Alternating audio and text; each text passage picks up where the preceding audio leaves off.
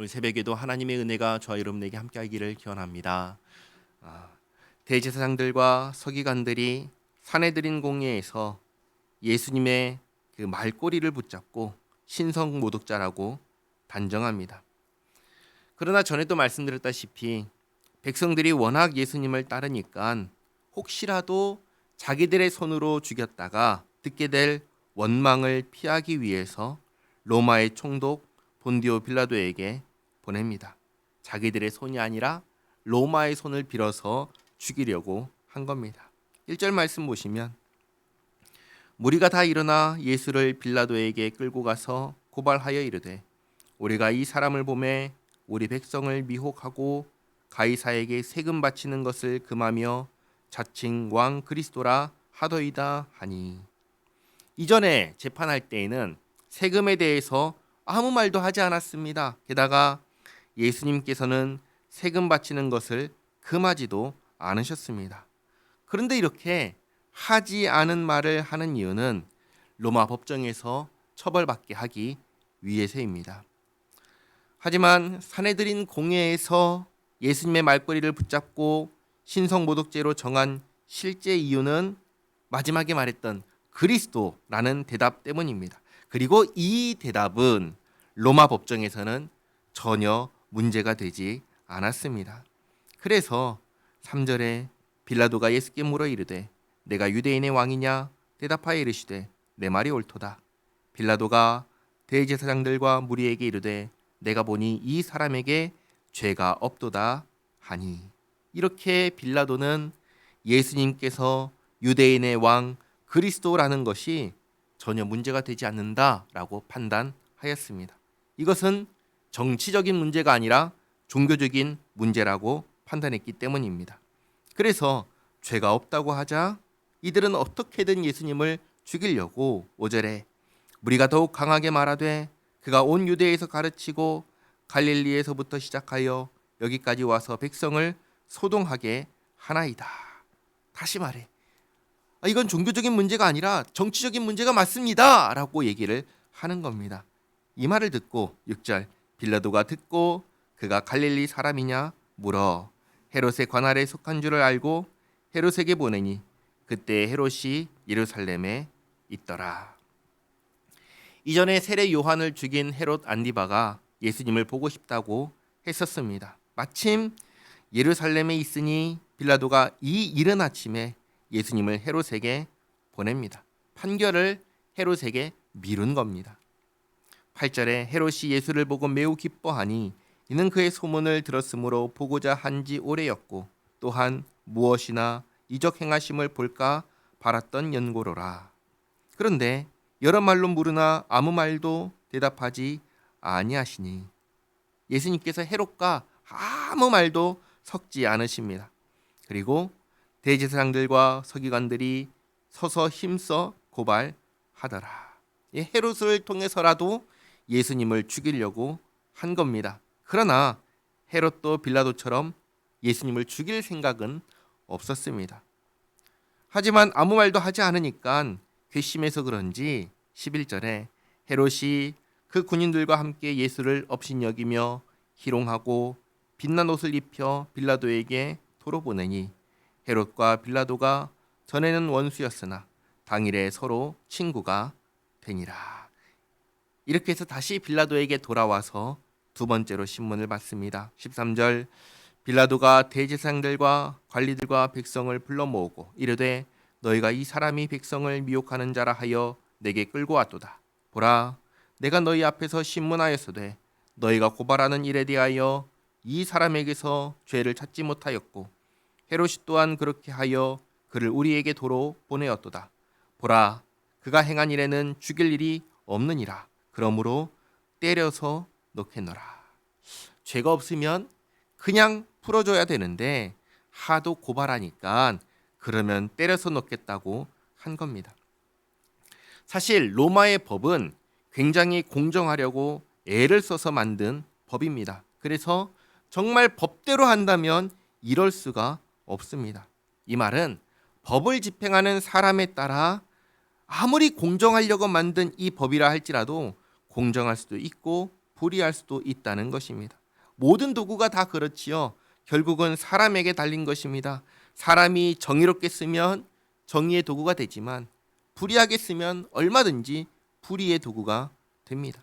빌라도가 유대인의 최고 권력자들 마음을 누그러뜨리려고 죄가 없음에도 불구하고 때려서 놓겠다고 합니다. 그러자 18절에 무리가 일제히 소리질러 이르되 이 사람을 없이 하고 바라바를 우리에게 놓아주소서 하니, 이 17절이 없기 때문에 뜬금없이 바라바를 놓아달라고 하는 것처럼 보입니다.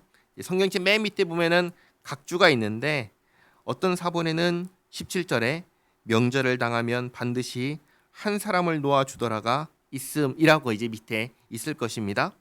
그러니까 쉽게 말해 이들은 어떻게든 예수님을 이번에 반드시 죽이겠다는 겁니다. 이 기회를 놓칠 수가 없다는 겁니다.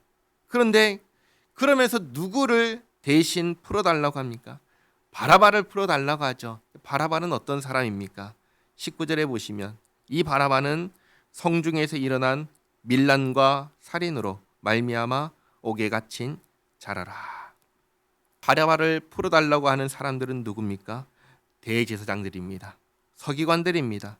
사실 이들은 본래 하나님의 말씀을 잘 알아서 그 뜻을 따라 행해야 하는 사람들입니다. 그런데 예수님을 죽이기 위해서 밀란과 살인으로 갇힌 사악한 자를 풀어달라고 하는 겁니다. 죄 있는 사람을 해방하고 죄가 없는 사람을 잡아서 죽이려고 하는 정말 말도 안 되는 일이 일어나고 있습니다. 그래서 20절에 빌라도는 예수를 놓고자 하여, 왜냐하면 이들이 너무나 말도 안 되는 일을 하려고 하니까 그렇게 예수님을 놓으려고 하는 겁니다. 놓고자 하여 다시 그들에게 말하되 그들은 소리질러 이르되 그를 십자가에 못 박게 하소서, 십자가에 못 박게 하소서 하는지라. 바라바는 풀고 예수님은 십자가에 못 박으라고 하는 겁니다. 빌라도가 세 번째 말하되 이 사람이 무슨 악한 일을 하였느냐? 나는 그에게서 죽일 죄를 찾지 못하였나니 때려서 놓으리라 하니 이걸로 만족해라는 것입니다. 그러나 23절 그들이 큰 소리로 재촉하여 십자가에 못 박기를 구하니 그들의 소리가 이긴지라. 요한복음을 보시면 이들이 예수님을 풀어주면 당신은 로마의 황제 가이사의 충신이 아니라고 합니다. 그러니까 심지어 로마의 반역자다라고까지 말하는 겁니다. 정말 대제사장들과 서기관들과 지금 여기 모인 사람들이 할 말 못할 말 다 하면서 예수님을 죽이려고 합니다. 24절에 이에 빌라도가 그들이 구하는 대로 하기를 언도하고 그들이 요구하는 자 곧 밀란과 살인으로 말미암아 옥에 갇힌 자를 놓아주고 예수는 넘겨주어 그들의 뜻대로 하게 하니라. 이 광기를 보시기 바랍니다. 왜 이렇게 예수님을 죽이려 할까요? 도대체 예수님께서 무슨 잘못을 하셨습니까? 예수님께서 밀란을 일으키고 사람을 죽인 바라바보다 무엇을 더 잘못하셨을까요? 역사가들이 정말 당황스럽게 여기는 지점이 바로 여기에 있습니다. 빌라도가 이렇게 쩔쩔매는 사람이 아니라는 점입니다. 역사가들이 볼 때 빌라도는 굉장히 강하고 잔인한 사람입니다. 그런데 사복음서를 보면은 예수님을 재판하는 이때만큼 빌라도에게서 이런 강한 모습 혹은 잔인한 모습이 전혀 나타나지 않습니다. 오히려 무능하고 무력하고 어찌하지 못하고 쩔쩔매는 모습을 보여줍니다. 그리고 결국은 이들에게 밀려서 이들의 요구를 들어주는 그런 모습을 보여줍니다. 왜 이렇게 역사가들이 보는 빌라도의 모습과 이 성경의 모습, 너무나 다른 모습이 왜 이렇게 나타나게 되는 걸까요? 바로 여기에 예수님을 죽이려고 하는 광기가 있기 때문입니다. 이 모든 일들의 배후에 누가 있습니까? 사탄이 있지요. 사탄이 있습니다. 그러니 빌라도가 어떻게 하지 못하는 겁니다. 그러면 사탄은 왜 예수님을 죽이려고 할까요? 이유는 간단합니다. 예수님을 죽여야 이 모든 것을 차지할 수 있기 때문입니다. 앞에서 예수님께서 말씀하셨던 비유, 포도원 농부 비유를 생각하시기 바랍니다. 농부들이 포도원을 차지하기 위해서 주인이 보낸 종들을 박해했습니다. 그리고 주인의 아들이 오자 어떻게 했죠? 죽여버렸지요. 왜 그랬습니까? 포도원을 차지하기 위해서입니다. 사탄은 이 모든 것을 차지하기 위해서 예수님을 죽이려 하는 것입니다. 다르게 말하면 이 모든 것을 예수님께 빼앗기지 않기 위해서 죽이려 하는 것입니다. 그래서 이렇게 말도 안 되는 악한 일들이 일어난 것입니다. 그야말로 이 재판의 모습은 세상의 죄악의 광기를 압축해서 보여주는 장소가 바로 이 예수님을 재판하는 이 자리입니다. 그리고 하나님께서는 이 일을 그대로 사용하십니다. 사탄의 책략을 그대로 사용하셔서 예수님의 죽음을 통하여 구원을 이루십니다. 그것을 보여주는 사람이 아이러니하게도 바라바입니다. 누가 봐도 죽어야 할 사람이 예수님 때문에 살게 되는 겁니다. 그것처럼 죽어야 할 죄인이 우리가 예수님 때문에 살게 되었습니다. 예수님께서 우리 대신 우리 죄를 짊어지고 십자가에서 죽으심으로 우리를 살려주셨습니다. 사탄이 강력하게 역사하는 이곳은 또한 우리를 향하신 하나님의 헤아릴 수 없는 은혜의 역사, 구원의 역사가 이루어지는 곳이었습니다. 이것을 기억하시기 바랍니다. 죽어야 하는 바라바 대신에 예수님께서 죽으신 것처럼 죽어야 되는 나를 대신해서 예수님께서 죽으심으로 우리를 살리셨습니다. 기도하겠습니다. 하나님 감사합니다. 예수님을 재판하는 이 자리는 사탄의 지배로 예수님을 죽이고자 하는 광기가 가득한 곳이었습니다. 죽어야 할 자를 풀어줘야 할 예수님을 죽이는 곳이었습니다. 사탄의 뜻대로 되는 것처럼 보였습니다. 그러나 이곳이 또한 하나님의 크신 은혜가 선포되는 자리였음을 깨닫습니다. 죽어야 할 바라바가 예수님 때문에 살게 된 것처럼 죽어야 할 저희가 예수님 때문에 살았습니다. 예수님 안에서 우리를 구원하신 은혜에 감사드립니다.